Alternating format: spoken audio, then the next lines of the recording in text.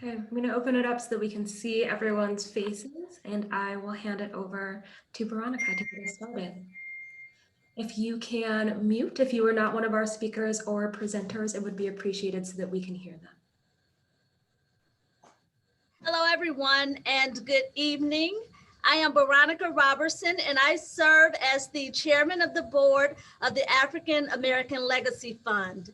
And on behalf of the board members of AAL, as we're known, and of CAPE, it is an absolute pleasure to welcome you all to our virtual reception in honor of 4 awesome African American Foundation leaders. And now I know if you're like me, it's been a long day and Zoom fatigue may be setting in. So you're choosing to celebrate with us makes it all the more special. And I welcome you and I thank you. Now, as we go through the introductions and the backgrounds of our honorees, these leaders may be new to their roles, but they are absolutely not new to philanthropy. And by the end of this reception, I am sure you all will agree with me when I say that while they are not new to philanthropy, they are definitely true to philanthropy. They are true to wanting to make a lasting difference in the city of Chicago and nationally even. They are true to valuing the voices and addressing the needs of those in our city. And they are true to a progressive philanthropy that casts a vision of equity and inclusion. This evening, it is with great pleasure and enthusiasm that we honor Ms. Shelly Davis, Mr. Jawanza Malone, Ms. Caroline McCoy, and Ms. Monique Brunson. Collectively, we are proud of the work they have done, and we look forward to what they will do in the future. And as a community, we want each of them to know that they have our full support. So at this time, I will yield the floor to Ms. Liz Thompson, who will bring introductions for our first honoree, Ms. Shelly Davis. Thank you. Thank you so much, Veronica, and thank you, Jessica, both of you for hosting such a wonderful reception tonight. And now it is my distinct pleasure to introduce my friend and phenomenal leader, Shelly Davis. Shelly is the new CEO of the Coleman Foundation, and I couldn't be more proud of her. She not only brings a lifelong passion and dedication to our community, but everything she's done up until now has prepared her for this moment as the CEO. Whether it was as a fellow with the Field Foundation, or as a program associate with the Ford Foundation, whether it was as a program officer with the Joyce Foundation, or as a vice president with the Chicago Foundation for Women, and especially as she was the inaugural executive director of the Forest Preserve Foundation, a startup that would call upon her to use the very skills that she will now lift up in the entrepreneurs that she supports through Coleman. Absolutely everything she has done has brought her to this moment, because she is a true unicorn, a Black woman who has built a career, a very successful career, entirely in philanthropy. But even as she began college as a double major in music and psychology, she knew she wanted to have impact. First, she thought maybe as a music therapist, then maybe as a licensed clinical social worker like our girl Monique. And then maybe even as an urban planner, as she received her master's from UIC in public policy and urban planning.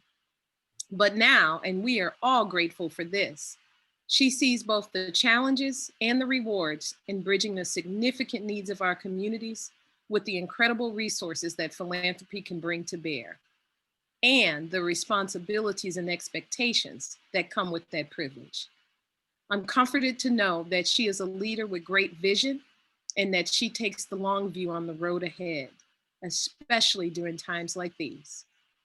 For all of these reasons, and for the fact that she is fierce, balanced, and just plain fun, it gives me great joy to introduce my friend, Shelly Davis. Oh my goodness, this is so hard. Like, it's so hard to go first. It's so hard to deal with the silent clapping of Zoom. Thank you, Liz.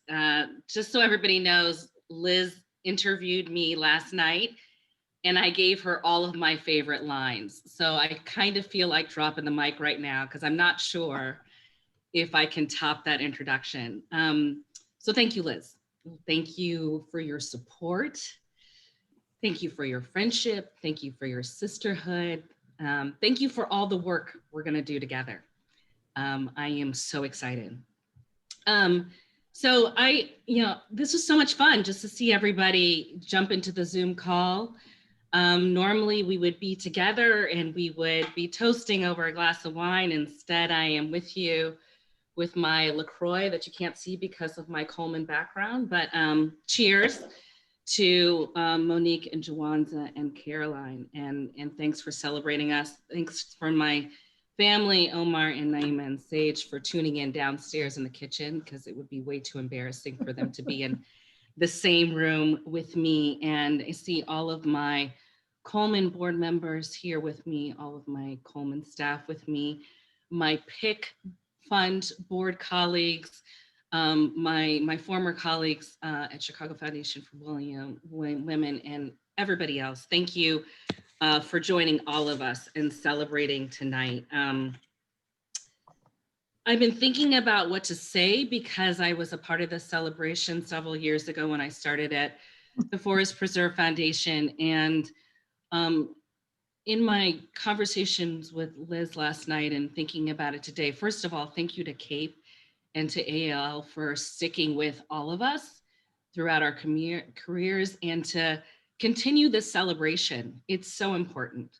I think there are lots of us that didn't realize what the possibilities of the future would bring. And so I continue to be grateful for this community, for each of you that have known me in all the iterations over the past 7 foundations and almost 25 years that Liz named. And I told Liz that when I was going first, I wasn't sure if it was because of age or because of the alphabet, but in any case, I will power through.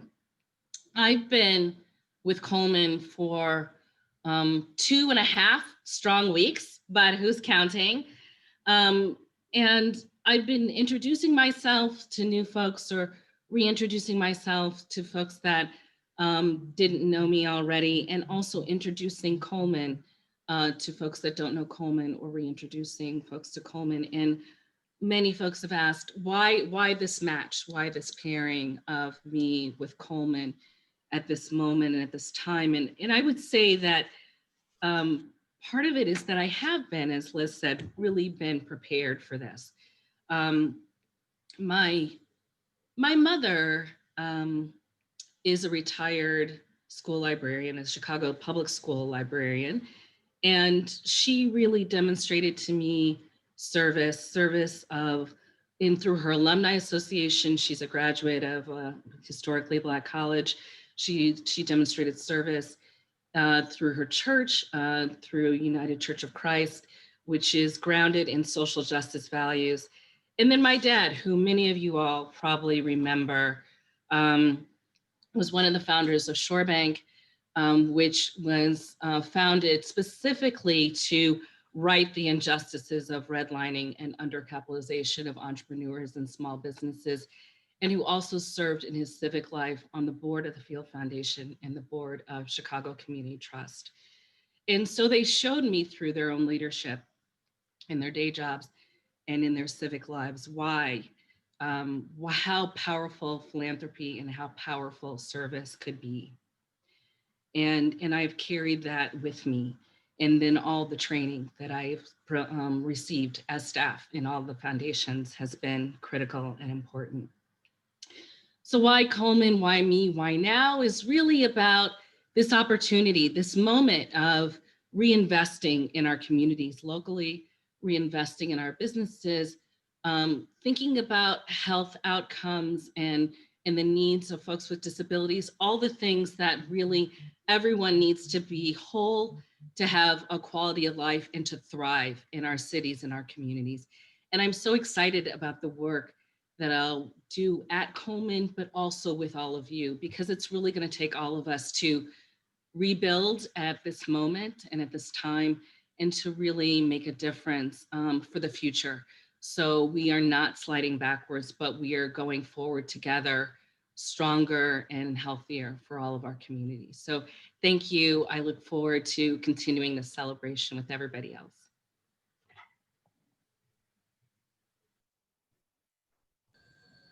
Thank you to both Liz and to Shelly.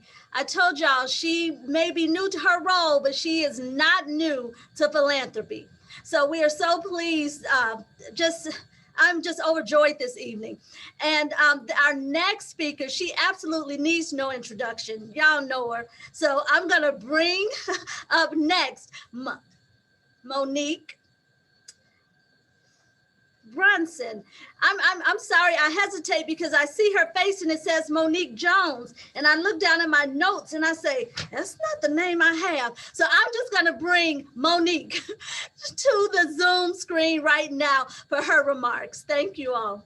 Thank you so much. Oh, if only I could be a one-name person. It is Monique Jones, but Brunson is my middle name, so people often use it. Thank you so much, and congratulations, of course, to Shelley, Jawanza, and Caroline. It is my absolute pleasure to be here. Just added on at the last minute because that's the way I like to do. I like to shake things up. But it's my pleasure to join you. As of course, I'm finishing up my service at the Evanston Community Foundation, and beginning in January, I will step into the new CEO role at Forefront. And of course, you know, Forefront, where the mission is to build a vibrant social impact sector for all the people in Illinois, of course, through education, advocacy, and thought leadership. So I'm very excited, and I'm grateful for Mary Morton and the Morton Group for like really identifying their talented way of identifying your skills and highlighting them for the world to see. I'm so grateful for my team at Evanston Community Foundation for trusting me to lead them. And I'm so excited for my family at Forefront, who, before I even get through the door, has welcomed me, hugged me virtually, and already setting us up for greatness in the new year.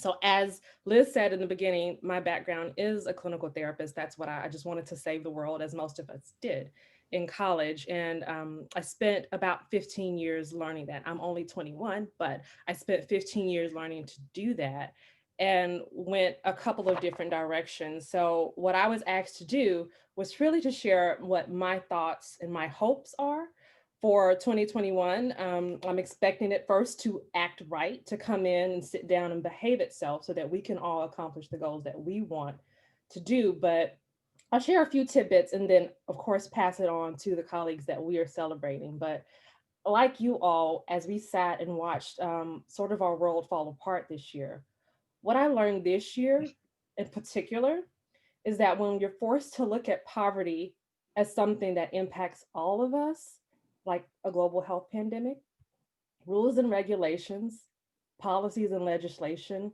can quickly shift to protect our communities and hopefully those who are most vulnerable. So people who were experiencing homelessness can be housed. People who were experiencing food insecurity can be fed. And people who need medical care can receive it. Those things are doable. And in doing those things, not one other person went without housing, food, or healthcare. So that's what I know for sure.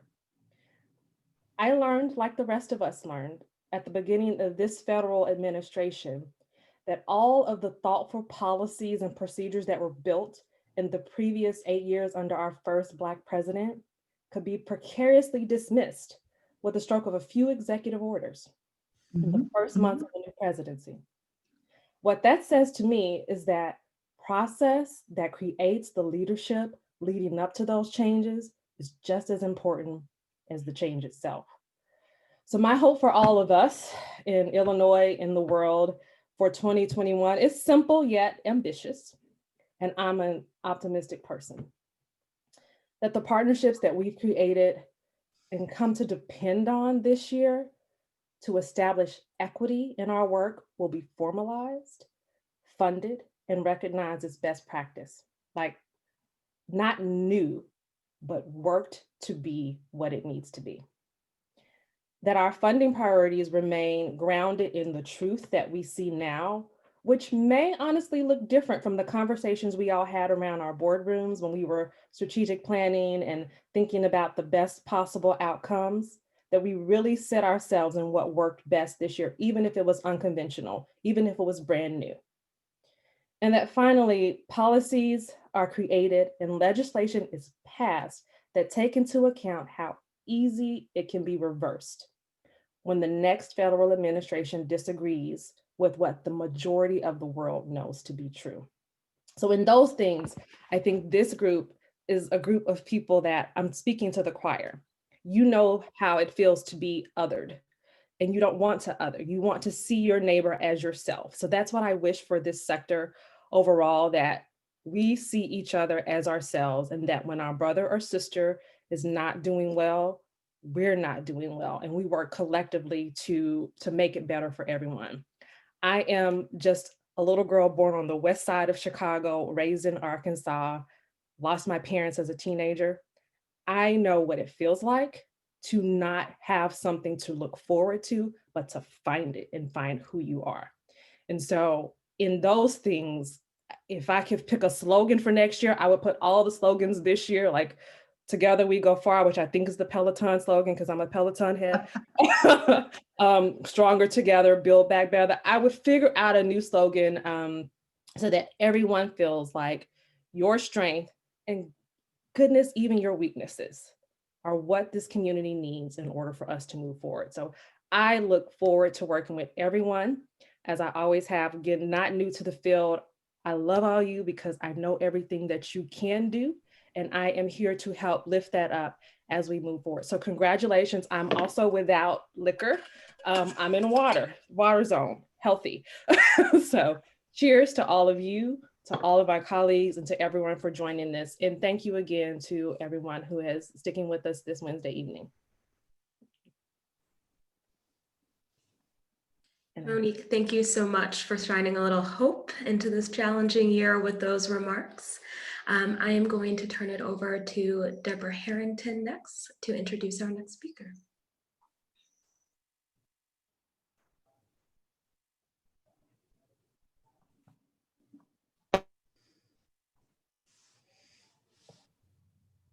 Okay, am I unmuted? No. We can hear you, you're all set. Okay, great. Well, first of all, thanks CAPE and AAL for asking me to do this. It's really an honor.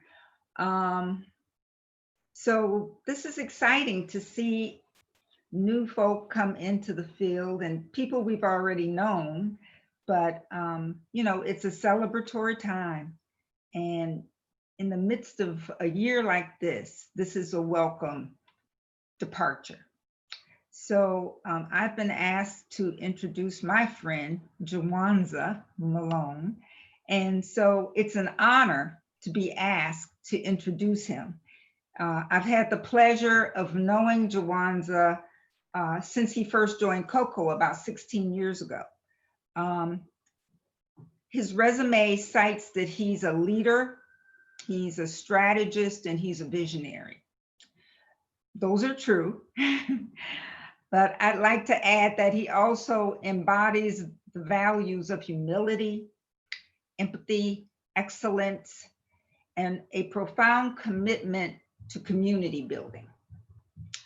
And those values are values that are going to not just serve him well, but serve the Weeboat Foundation well as its new executive director.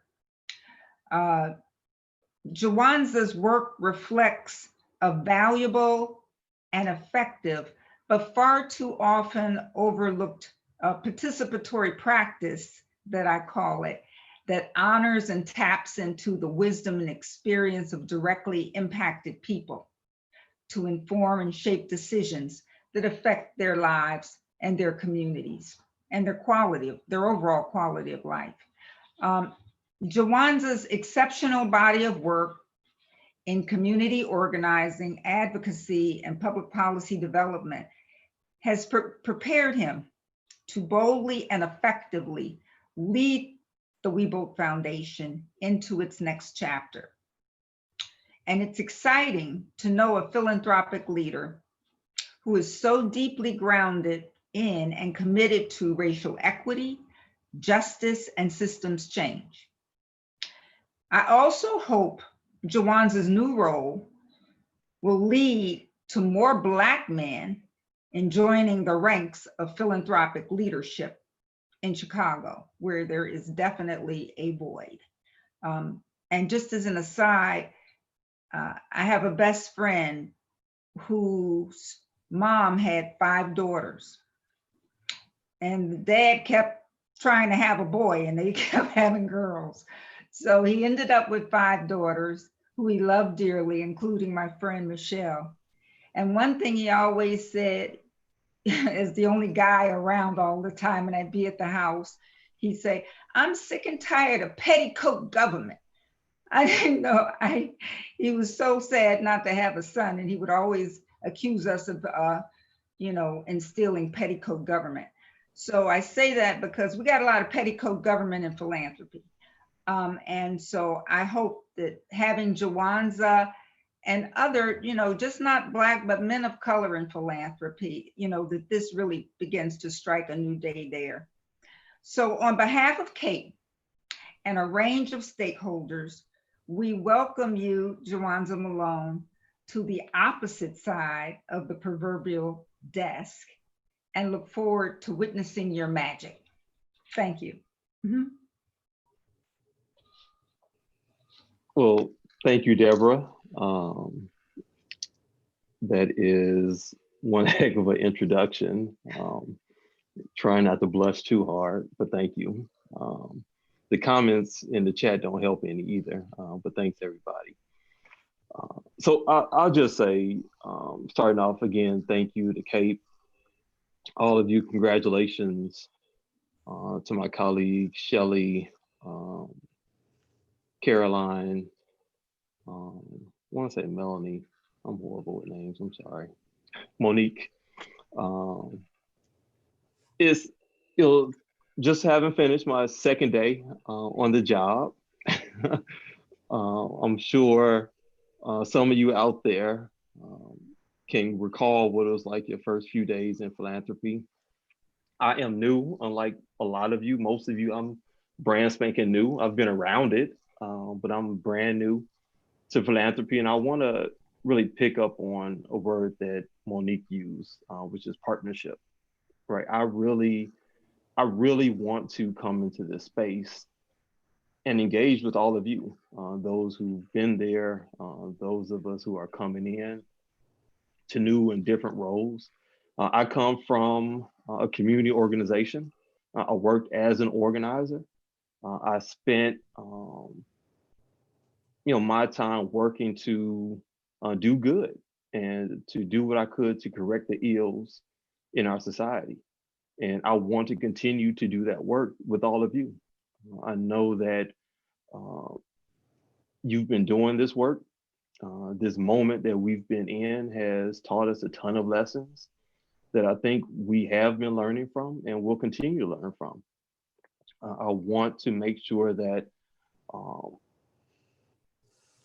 as we embark on this journey together, that we continue to do no harm, that we work to minimize harm that has been done in our communities, and just recognize that philanthropy can be on either side, where we perpetuate harms that have been done or we alleviate those harms that have been done.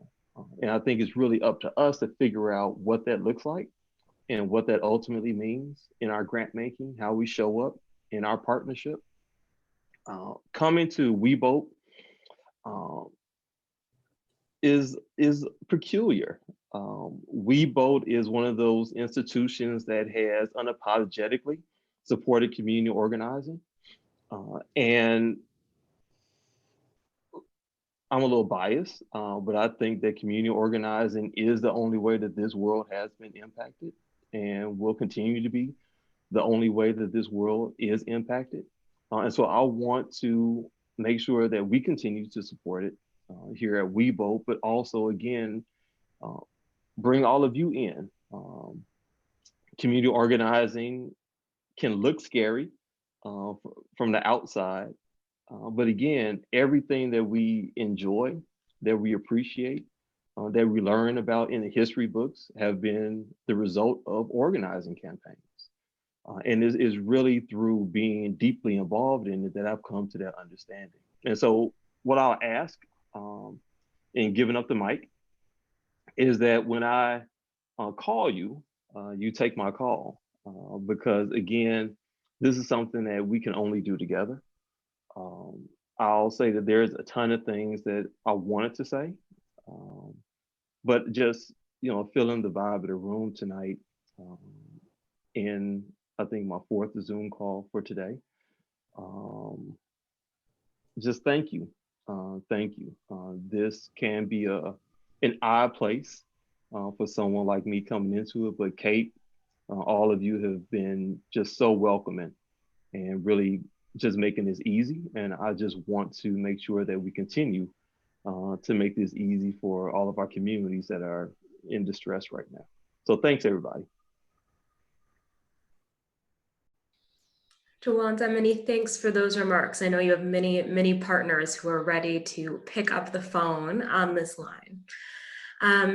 Our last introduction, but certainly not least introduction, I'd love to have Amina step up to the mic. Thank you. Thank you. Good evening, everyone. It's so nice to see you, even if on screen. It's better than just staring at myself all day, looking back. And Jawanza, get used to the Zoomosphere, I call it, because that's where we live these days. I'm delighted to join my sisters presenting tonight, though it's always difficult to follow the dual powerhouses that are the dynamic Liz Thompson and the dearly loved and deeply respected Deborah Harrington. Each of us is here to shine a light on those individuals that have made meaningful impacts in our communities. And now they're in positions where their voices and work can have even greater influence. So I have the great privilege of presenting our final honoree, Caroline McCoy. In 2016, Caroline and I had a conversation about her goals for her work. She was crystal clear about what impact she wanted to achieve. Quote, "I want my work to promote equity and inclusion in and by philanthropy. I want my work to dismantle systems that uphold racial inequities and to transform how philanthropy shares resources and power with communities of color to address complex issues. Finally," she said, "I hope people will say they enjoyed working with me and that I made them feel valued and saw them as partners in this important work," end quote. I learned that Caroline's passion for serving others was formed early on. Caroline is Kenyan born and US bred, and hers is a very tight-knit family. And her commitment to assist and support others was inspired by the example of her mom, Pauline, and her deceased dad, Stephen. In fact, it was Stephen who passed on to her, who instilled in her the concern for social justice. He saw to it that Caroline and her siblings spent time learning about different cultures and religions. As Caroline said, he wanted us to know that the world was so much bigger than the town we grew up in. Later, through continued travel, her sensitivity to injustice was broadened and her resolve to address such issues became really apparent for her. It grew. Another source of inspiration came from witnessing other family members who, facing adversity, demonstrated the power of resilience and determination. These are the experiences that shaped how she sees the world and how she approaches her work. From my first encounter, what struck me about Caroline was her clarity of purpose. She embodied a really clear-eyed vision and determination and a palpable sense of mission that left an impact on me. Here was a young, dynamic Black woman with a powerful intelligence, culturally grounded and confident. Certainly, she was going to do something that make her mark on the world. And it is those same qualities that she brings to her philanthropy work. Perhaps the most visible evidence was the multi-year place-based investments that she led for the Inglewood community through her role at the McCormick Foundation. and working in close partnership there with community leaders, local leaders. She guided a community-driven strategy that centered their voices as the decision makers, working collaboratively to design programs and services to realize their quality of life plan. Caroline's approach is one of supporter, as a counselor, a cheerleader. She believes in challenging norms and asking tough questions, but she is also filled with empathy and compassion. You would want her on your team. It's noteworthy, I believe, that 3 women present tonight have ties to the Woods Fund, actually 4. Deborah Harrington, who served as president, Michelle Morales, who just celebrated her first anniversary as president just last month, Deborah Clark, who's been like an anchor at Woods forever and ever. And of course me, my own decade of work as a board member and very briefly as interim president. We welcome you, Caroline, to the Woods Fund Sisterhood. Caroline is serving in a newly created position, Vice President for Programs. And in this role, she will work in partnership with Michelle to advance a bold new vision. We can expect that they will do their very best to disrupt philanthropy by centering partners and their needs, by building trust and shifting power relationships, movement building. That's what it is. Woods funds movement building. Ask Jawanza, who was supported for his work, his very important work at COCO all those years.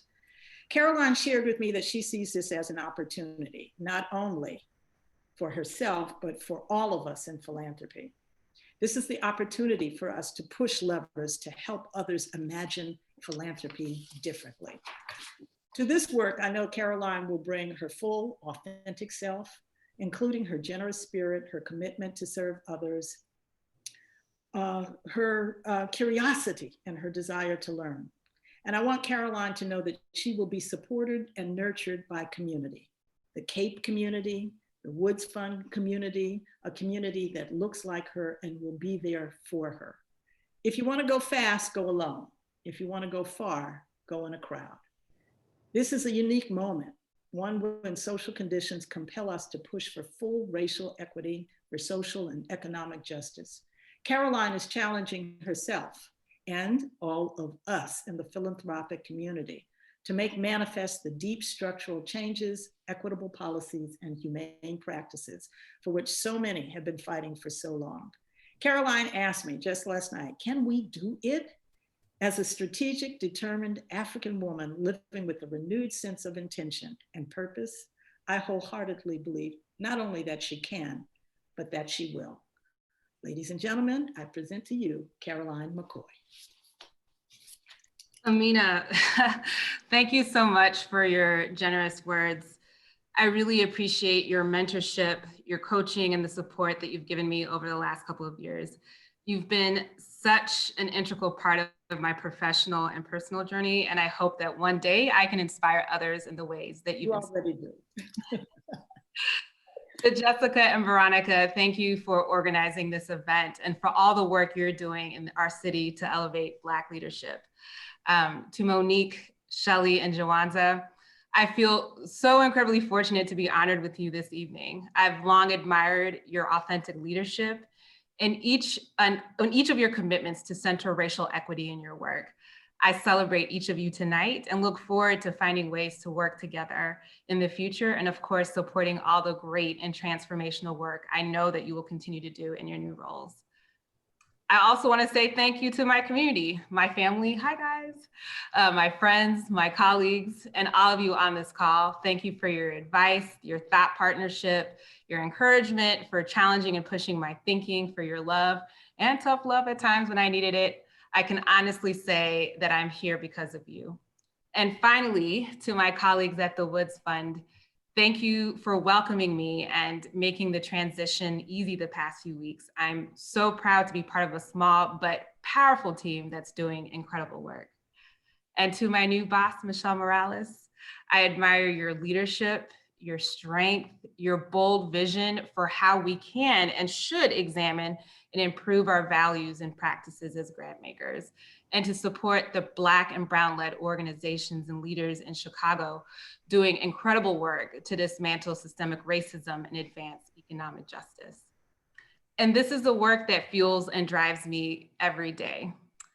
As Amina shared, and as many of you know, I'm a proud daughter of Kenyan immigrants, and I grew up in a household where I was introduced to social justice and understanding the inequities that exist for Black people.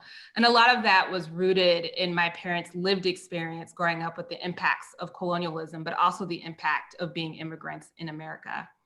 And this understanding shaped so much of my personal, educational, and professional ambitions to work towards and support solutions where all people have the power, the resources, and the opportunities to reach their fullest potential. And over time, the focus of my work has progressed from working directly in community to learn and understand structural racism, to working on state level advocacy and public policy to address some of those systems. And eventually I found my way into the field of philanthropy. And my entry in the space was guided by my deep desire to advocate for responsive investments in Black communities. And in doing this work, I was cognizant of navigating the complexities and challenges of philanthropy, as we all do, right? And as I spent time learning and growing as a grant maker, you know, I've also grappled with what it means for me as a Black woman to do this work in a space that was created out of privilege and white supremacy. And to be honest, there are times I wondered, should I stay in this space? But in those moments, I would lean on this community, so many of you on this call, and go back to the importance of representation and understanding that there's still a lot of work to be done in this space. You know, this work is a marathon, it's not a sprint. And in this moment we're in right now, this could not be more evident. With the compounding crises of 2020, it's more critical than ever that Black and Brown-led organizations and leaders not only have the resources to address the issues confronting them in their communities, but also have the ability to build sustainable and durable power. As we entered this pandemic, I really started to think more critically of my role as a grant maker and what it meant for me to do this work differently in a moment that really demanded it, right? And in that reflection and soul searching, this opportunity at the Woods Fund opened up. It was kind of divine, right? I'm learning in multiple ways in 2020 that crisis can also bring opportunity. Not only is this a wonderful opportunity for me to step into a leadership role, but also help guide work that is deeply important to me. I'm excited to support work that is unapologetically and explicitly addressing anti-Black racism, that's pushing our sector to break out of old and regressive habits and move towards more equitable and justice-oriented grant making, continuing to foster more trusting and reciprocal relationships with our grantee partners, and funding organizing and movement building that is shifting the political and economic status quo of structural racism and supporting communities to build the capacity to collectively determine their lives.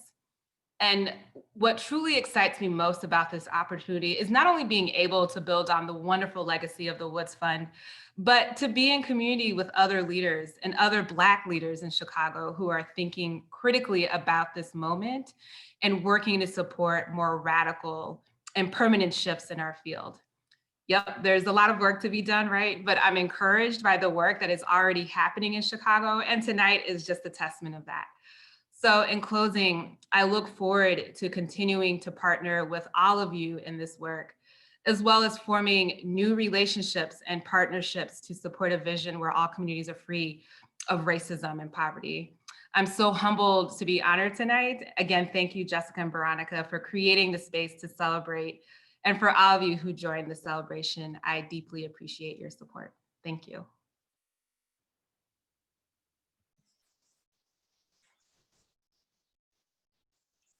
Caroline, thank you so much for those lovely remarks. And thank you to everyone for your remarks tonight, for your calls to action, for opening the door to partnership, and for your thoughtful words about the future of our work together. I'm Jessica Dudley. I'm the Director of Chicago African Americans in Philanthropy, and I want to thank you all again for joining us tonight, as you have in past years, to celebrate the remarkable leadership of our community at the highest levels of philanthropy. It is a deep pleasure and honor and a testament to the power of this network that there is a need to have this celebration every single year. It was wonderful to have the opportunity to connect with so many of you in celebration of the recent appointments of Monique Brunson Jones, President and Chief Executive Officer of Forefront, Shelly Davis, President and CEO of the Coleman Foundation, Caroline McCoy, Vice President of Programs at Woods Fund Chicago, and Jawanza Malone, Executive Director of the Weebold Foundation. A very, very special thank you to Amina Dickerson, Deborah Harrington, and Liz Thompson for joining us to offer those beautiful introductions. I know that you have been a mentor and a partner to so many on this call, and it's so wonderful that you would join us in this celebration. I can't wait to work with all of you in these new roles and to be your partner and CAPE. I know that AAL and Veronica feel the same way. We are so excited about your leadership and the opportunity to support you. Before we go our separate ways, I hope that you will join me in raising a toast to these leaders, celebrating all that they have accomplished thus far in their careers and support their work ahead. Cheers to you all. Thank you so much, everyone, for joining this call. I'm gonna open it up so that we can see each other and celebrate our honorees. Hopefully you'll come off mute to maybe give them a bit of a cheer before we close out for the night.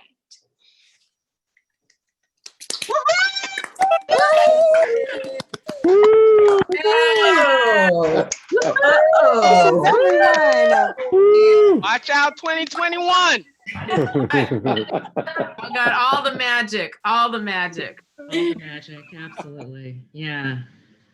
Amazing. Totally phenomenal. Where are you?